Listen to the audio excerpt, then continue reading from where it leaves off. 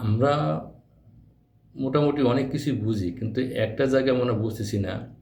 এই যে গণতন্ত্র, আমরা গণতন্ত্র বুঝি, কিন্তু গণতন্ত্র আমরা মানি না। আমরা মনে করি যে আমি যাকে সমর্থন করি, হ্যাঁ? মানে সে, আমি, আমরা, এরা মিলেই গণতন্ত্র। বাকি যে আরেক দল আছে, আরও গোষ্ঠী আছে, আরও যে বিভিন্ন মানে মতভেদের লোক থাকতে পারে, মানে তারা সব বাদ। আমি যে দল করি, আমি যে সংগঠন করি, এটাই গণতন্ত্র, এটার মূল্যায়ন বাস্তবায়ন করতে হবে, এটাকেই প্রতিষ্ঠিত করতে হবে।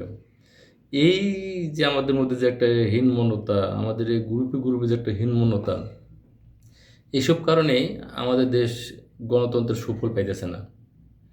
এইসব কারণে আমরা কোনোভাবে গণতন্ত্রের সুফল পাইতেছি না। চেষ্টা করতেছি, মুখ দিয়ে বলতেছি, স্টেজ উঠে বলতেছি, দলীয়ভাবে আমরা মানে মিটিং মিছিল করতেছি, তো এই পর্যন্তই শেষ। আমরা কেউ গণতন্ত্রের মূল্যায়ন বুঝিনি, আজও বুঝিনি।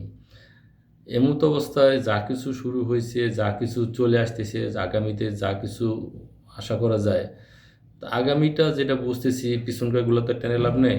সামনে ভালো কিছু সম্ভাবনা নাই, ভালো কোনো সিমটম দেখা যাচ্ছে না। আমি মনে প্রাণে যেটা ফিল করি, আমাদের দেশ গণতন্ত্র মূল্য কেউ বুঝতেছে না। এখানে দরকার ডাইরেক্ট কোরিয়ান প্রেসিডেন্ট আছে না, ডাইরেক্ট কোরিয়ান প্রেসিডেন্ট, যে রানিং প্রেসিডেন্ট আছে, ওই প্রেসিডেন্টের মতো যদি কেউ যদি গণতন্ত্রের হাল ধরে, প্রতিনিধির হাল ধরে, একেবারে গদিতে বসার পর 24 ঘন্টার মধ্যে একেবারে ডিপ ফ্রিজের মধ্যে সব ঠান্ডা করে দিবে। একেবারে পুরা জাতিকে 24 ঘন্টার মধ্যে একটু ডিপ ফ্রিজের মধ্যে ঠান্ডা করে দিবে।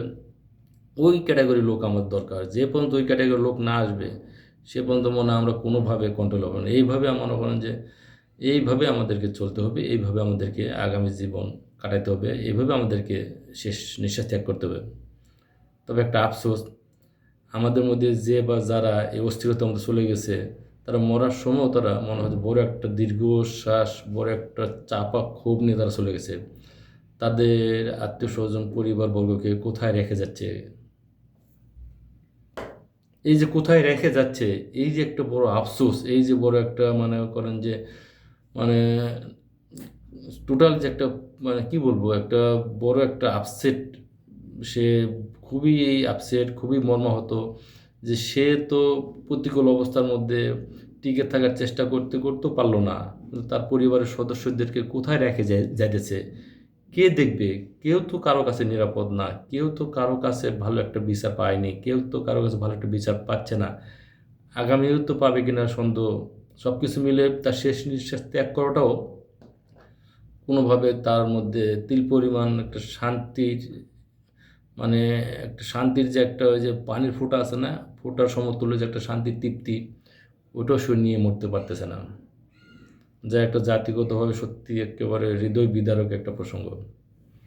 জানি না এর শেষ কোথায়, আর জানি না কোরিয়ান প্রেসিডেন্টের মতো কেউ আমাদের মধ্যে আসবে কি না।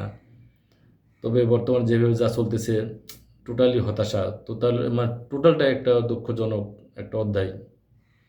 কোনো সমাধানের পথ নাই। দিন দিন যা কিছু হচ্ছে, সৃষ্টিকর্তা জানে কীভাবে এগুলো কন্ট্রোল করবে, নাকি এইভাবে আমাদের সবাইকে মানে শেষ নিঃশ্বাস ত্যাগ করতে হবে, আল্লাহ জানে।